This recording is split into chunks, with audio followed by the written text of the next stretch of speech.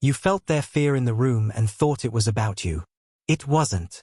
It was about the mirror you became. You showed them what they refused to see. That is why their chest tightens when your eyes meet. That is why their words jump fences and then fall silent. The angels sent me to explain it with clarity. Listen closely. If this is your word, say in your heart, I receive, and keep listening. They are afraid because your presence cancels denial.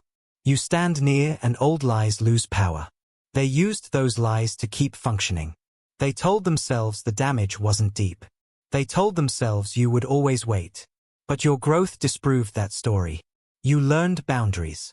You stopped chasing. You started healing out loud. That healing sounded like thunder to them. They are afraid because truth arrived in sequence. First, a memory resurfaced. Then a conversation replayed in their mind with new meaning. Then a sign showed up on a day they couldn't ignore. They asked for one more sign and heaven sent two. A date on a receipt that matched a prayer. A stranger's phrase that quoted your last text. They looked up and knew the season had changed. Change terrifies those who control through distance. They are afraid because guilt finally spoke in plain language. Not dramatic guilt, accurate guilt. It named where they took more than they gave. It named the night they withheld kindness on purpose.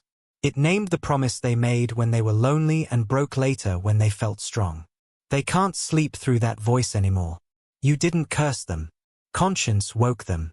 They are afraid because tenderness is now required. Tenderness means risk. Risk means exposure. Exposure means they can't perform love. They must become honest. They built an identity on being the steady one. They don't know how to be unmasked and still be admired. But heaven is not asking for performance. Heaven is asking for truth that breathes. They are afraid because you felt like home before they built a door. They felt safe with you before they learned how to protect safety. They fear breaking the one place that ever felt like rest. So they hover at the threshold. So they joke. So they vanish. So they reappear with excuses like smoke. Fear creates loops when courage is overdue. They are afraid because you changed currencies. You no longer trade attention for crumbs. You no longer accept nearly love in a gift bag. You value peace more than their potential. That boundary confronts their scarcity mindset. They fear you won't accept the apology they haven't learned to voice. They fear you will accept it and then require consistency. Consistency is the price they never planned to pay. They are afraid because heaven put language to your bond. Call it covenant potential. Call it soul appointment. Call it a contract written in mercy. Whatever we call it, they felt the pull. When they tried to treat you like casual, God said, not this one. That sentence rang in their spirit like a bell. They stopped mid-text and backspaced. They started a message and saved it as a draft. They wrote your name in a prayer and crossed it out. Then wrote it again. They cannot unknow the knowing. They are afraid because they saw a future picture.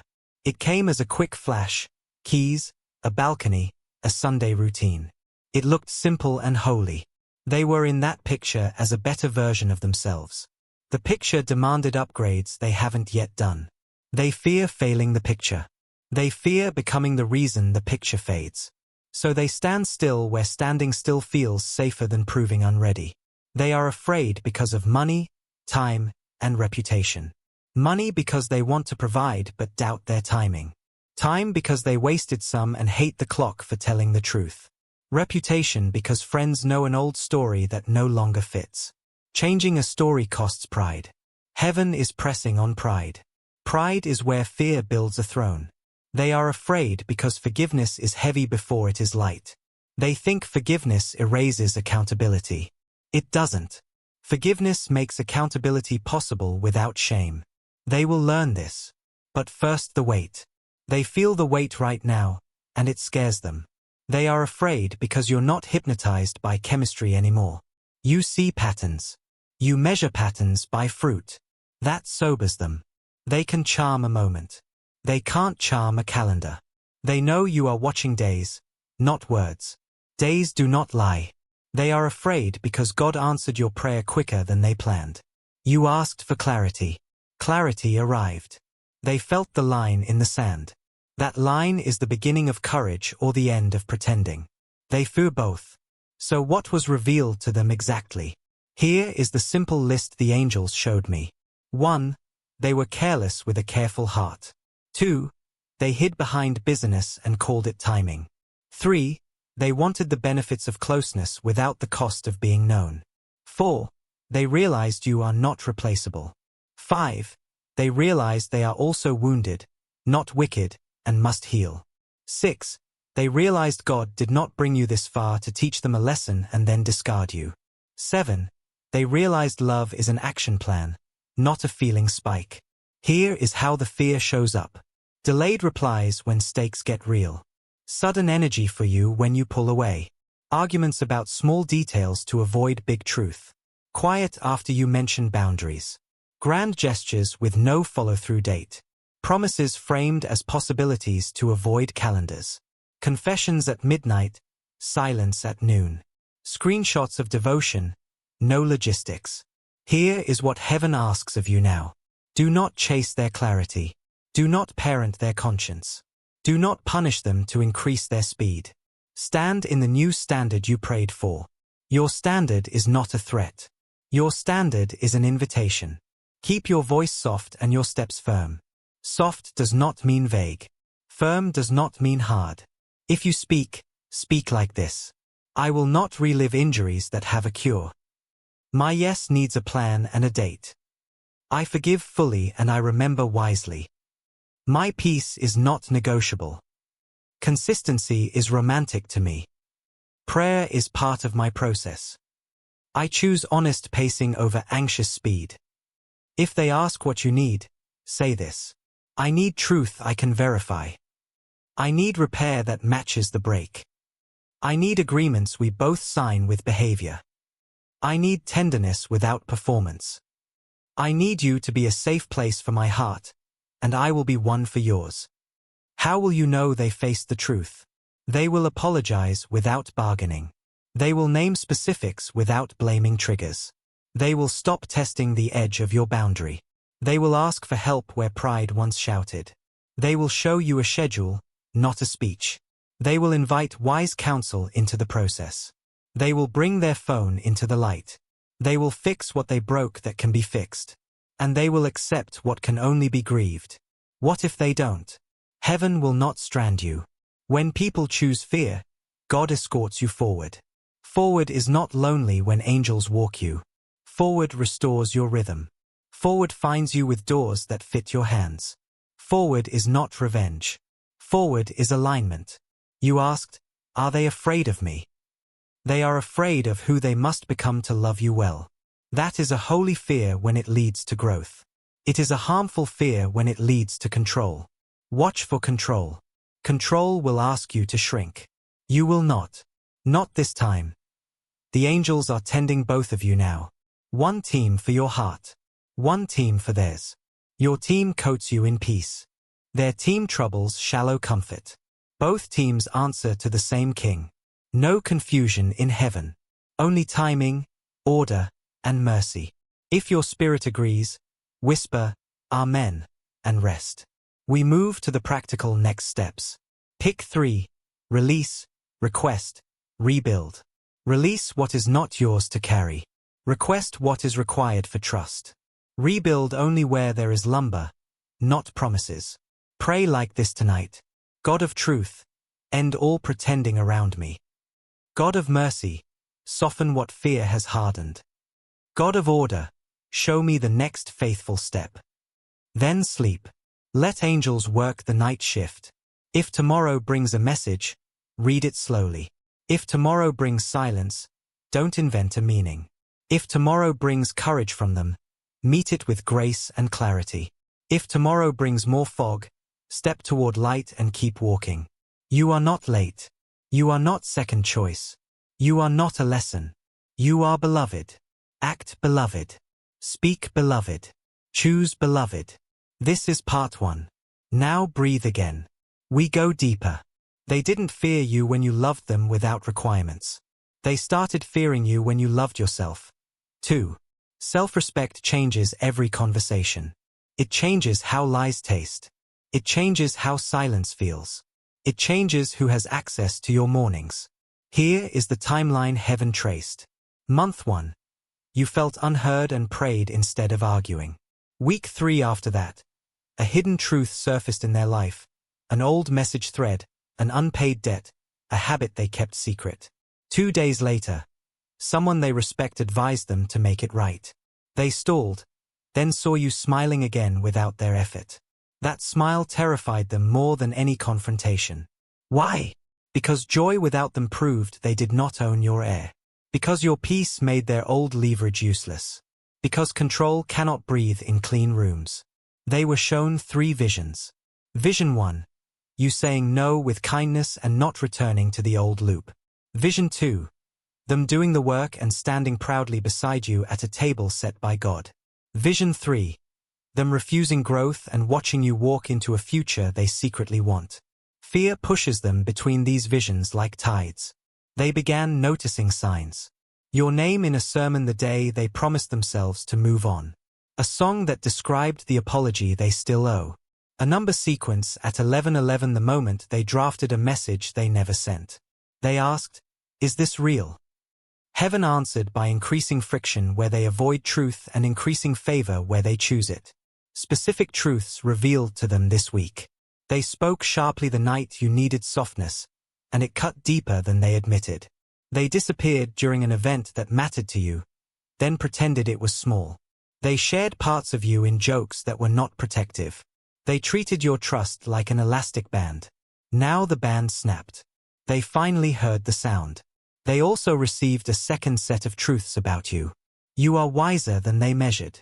You are steadier than their absence. You are called beyond romance. Your purpose feeds people. Loving you means partnering with purpose, not just dates. Purpose scares people who still crave hiding places.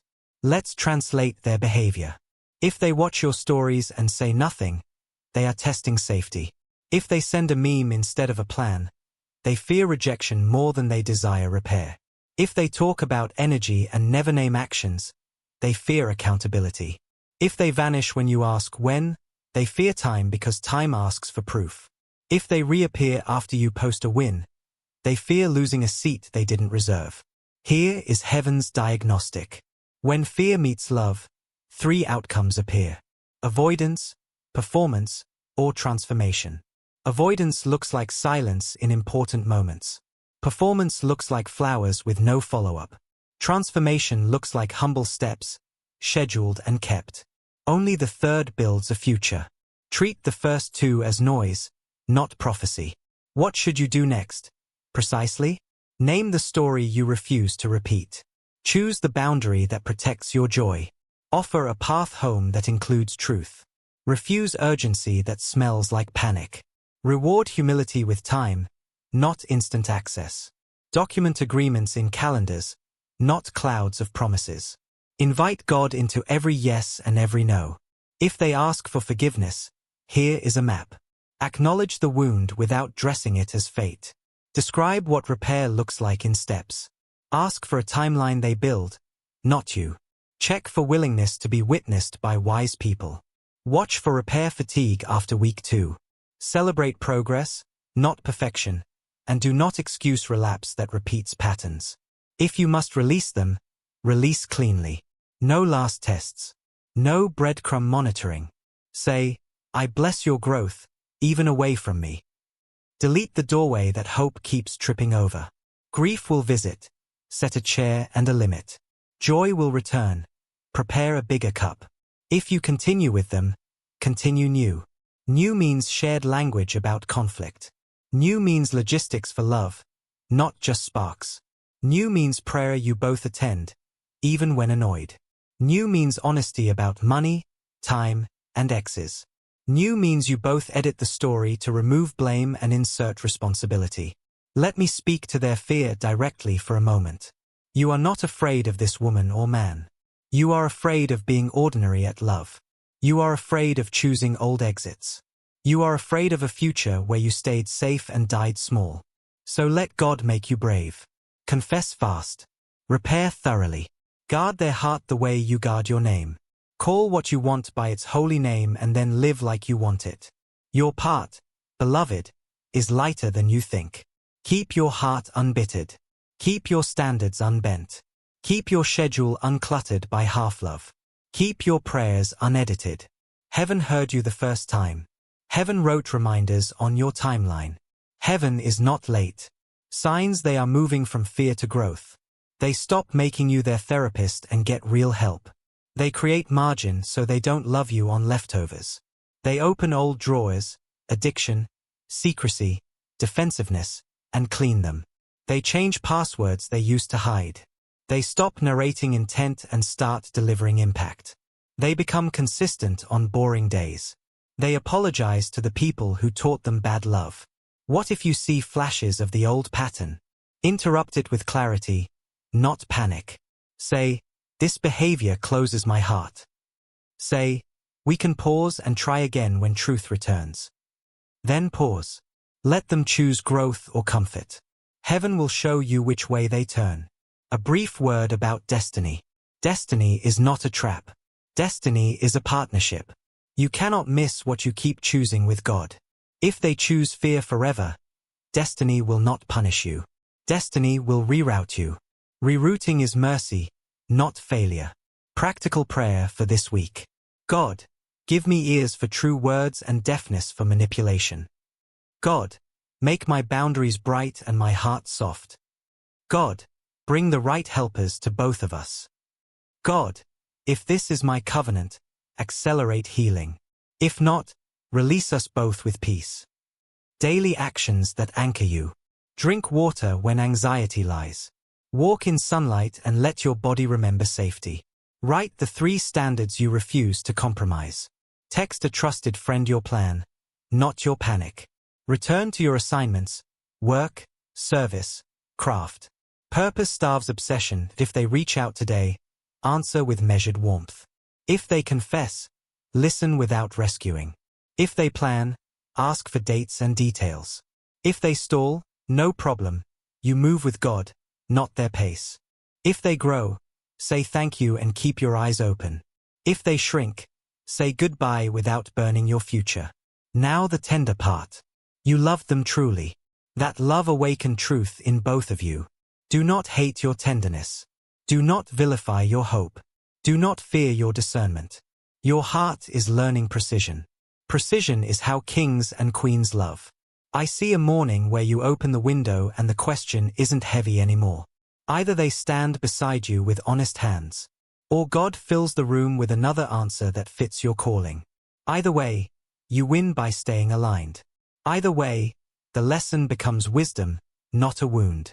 If this word met you, whisper Amen again. Let peace return to your shoulders. Let your face relax. Let your phone become small and your spirit become large. Nothing stolen will be needed. Nothing delayed will be wasted. Everything surrendered will be redeemed. Here is the closing guidance for both of you. Tell the truth quickly. Choose repair or release. Stop feeding fear with delay. Bless what is honest. Walk away from what is fog. Keep your crown on all week. Heaven has you. You are covered. You are guided. You are free. And if they ask, why were you never afraid? You will smile and say, because love told me the truth, and I believed him.